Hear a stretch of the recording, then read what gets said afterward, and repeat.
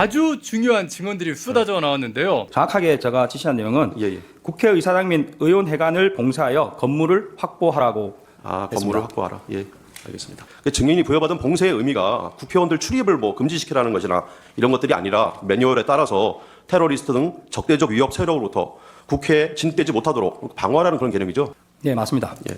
봉쇄가 우리는 이거 국회를 못 들어가게 막는 건 줄 알았더니만 이게 외적으로부터 막는 거를 봉쇄한다 그런 의미라고 그러고요. 그리고 뭐 케이블 타이가 뭐 널려져 있었는데 그게 국회의원이 이렇게 체포해가지고 끌고 가려고 케이블 타이를 준비했던 게 아니라 문을 묶어놓기 위해서 케이블 타이를 준비했다.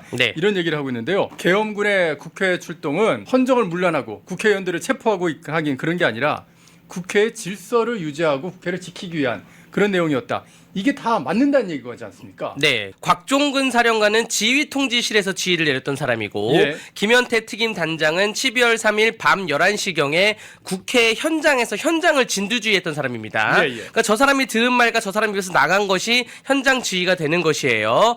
707 특임대에서 지금 김현태 특임단장이 헌법재판소에서 왔던 모든 얘기를 결을 종합해 보자면 계엄이 선포가 됐고 우리는 계엄 선포의 당시에 따른 매뉴얼이 있다. 그 매뉴얼에 따라 가지고 또한 국회를 질서 유지를 위해서 가는 것이지 국회 본회의장 안에 들어갈 생각도 전혀 없었고 봉쇄라는 개념도 용어가 매뉴얼에 봉쇄라고 되어 있는 것이지 이것이 어떠한 뭐 누구 진입을 막던가 그런 것이 아니다.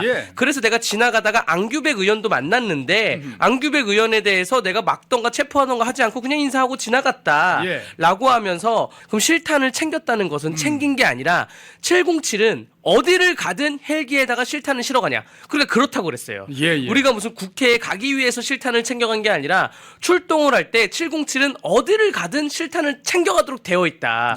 근데 그것을 무장하거나 휴대하지 않았다라고 말을 했고요. 이 국회 측, 청구인 측 그 질문이 뭐였냐면 707 군인한테 아니 출동할 때 총을 왜 갖고 갑니까? 이러니까 약간 군인들이 황당한 거예요. 출동할 때 당연히 총을 갖고 가는데. 총을 놓고 다닌다고요? 출동할 때 당연히 총을 갖고 가는데. 그래서 오늘 결론은 뭐냐면 저 707 김현태 특임단장은 사실에 근거해서 얘기를 하면서 707의 명예는 우리는 민간인에게 총구를 겨누지 않는다. 또한 그렇지 않는 이유가 지시도 그렇게 안 내려왔다. 국회의원을 체포하라느나 무슨 민간인에게 무슨 어떻게 통제를 하라는 그런 지시는 내려오지 않았고 건물에 대해서 그 봉쇄라는 개념이 우리가 대테러 업무를 할 때 그 봉쇄라는 개념이 있다. 안전 확보. 그 안전 확보를 위해서 한 것이다라고 오늘 명확하게 헌법재판소에서 진술한 것입니다. 특히 핵심적인 내용이죠. 이 국회의원을 뭐 4인 1조가 돼서 끌어내라. 전 사령관 어느 누구로부터도 국회의원을 끌어내라라고 직접 지시받은 말 없죠. 저는 타령관과만 통화를 했고 제가 현장에서 병력들과 같이 엉켜 있는 상태였습니다. 증인은 어느 누구로부터 정치인 체포해라 이런 지시 받은 적 없죠? 네, 없습니다. 자, 지금 뭐 어떻게 돌아가고 있냐면 이 지시라는 거는 지시를 받았다 안 받았다잖아요. 근데 지시를 내린 것을 말한 것을 들은 것 같다 안 들은 것 같다 지금 너무나 혼란스러워요. 이게 왜 일어나면 이따가 또 말씀드리겠지만 저 곽종근 저 사령관이 지휘 통제실에 있으면서 마이크에 대고 예를 들어서 체포하지 마라. 들어가지 마. 이게 지시잖아요. 이렇게 안 하고 여기저기 통하면서 어떻게 하라고요? 그러라고요? 아, 그렇게 해야 되는 거야? 이렇게 할까요? 저렇게 할까요? 이게 지금 방송에 나가는 거예요. 이게 방송에 나가면서 대기하고 있는 사람들이 그 방송이 나오잖아요. 그러니까 이게 지시가 나오는 게 아니라 그래서 그걸 들은 거를 검찰에 나가가지고 이런 얘기도 들었던 것 같은데요? 저런 얘기도 들을 것 같은데요? 그래서 그럼 검찰이 지시를 받은 거냐?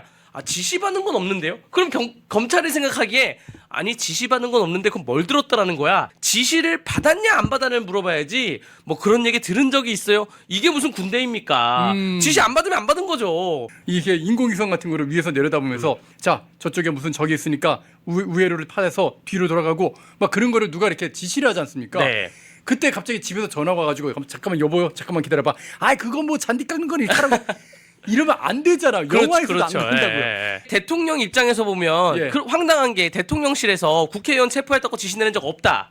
그리고 민간인에게 총구를 겨누라고 지시는 전혀 없다. 그냥 안전 유지를 위해서 군대가 투입된 것뿐이다. 라고 일관되게 말을 하고 있는데 지금 다양한 진술 속에서 뭐 체포를 하라고 했다는 나온 이유가 다 여기서 이제 시작이 된 거라고 저는 보여집니다.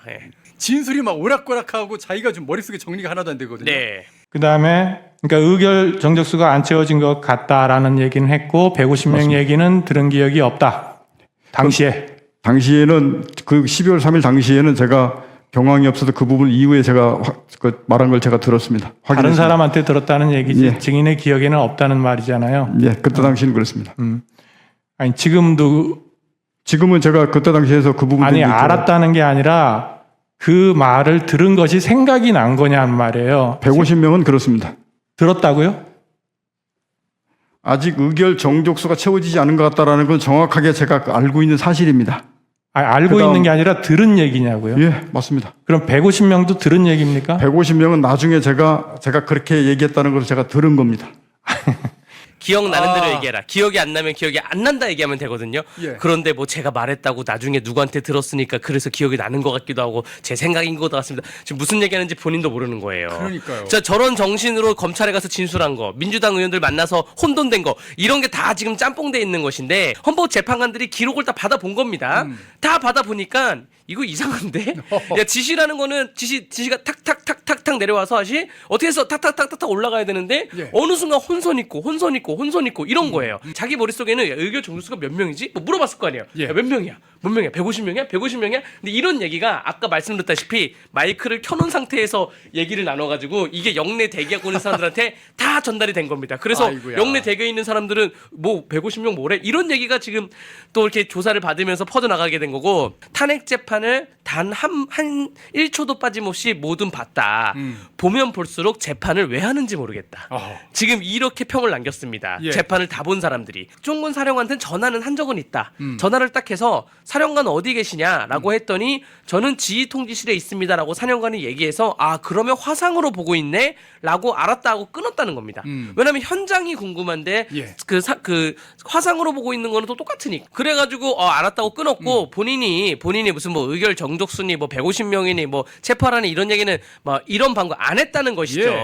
아니 그런데 이런 곽정근 사령관을 갖다가 박범계 민주당 의원은요 여기 지금 앉아 있는 거 보시면서 곽정근 사령관 그리고 김현태 특임단장 앉혀놓고 이 두 분이 용기를 냈습니다. 공익 신고 절차 지금 뭐 받고 있습니다. 이렇게 자기 페북에다가 네. 이걸 아주 당당하게 이렇게 올렸더라고요. 네. 예. 자, 일단은 법적으로 명확히 말씀드리자면 예. 공익신고자 보호법이라는 게 있어요. 공익신고자 보호법에 해당하지 않는 사건입니다. 예. 공익신고자 보호법에 해당하는 관계 법령이 있는데 형법은 거기 들어가 있지 않아요. 지금 형법상 그 행위에 대해서 논란이 있기 때문에 들어가지 않고 박범계 법무부 장관까지 하신 분이 법을 좀 공부하고 저런 걸 하셔야죠. 당연하죠. 공익신고자 보호법이 2011년에 생겼기 때문에 물론 본인이 사법시험 공부할 때는 그 법이 없었겠지만 일단은 첫 번째 원칙은 공익신고자 보호법에 전혀 해당하지 않는 사항이다. 예. 두 번째 공익신고자 보호법에 만약에 해당한다라고 하면 박범계의 저 사진은 처벌 대상입니다. 아, 그렇게 되나요? 예, 공익신고자 보호법 제 30조에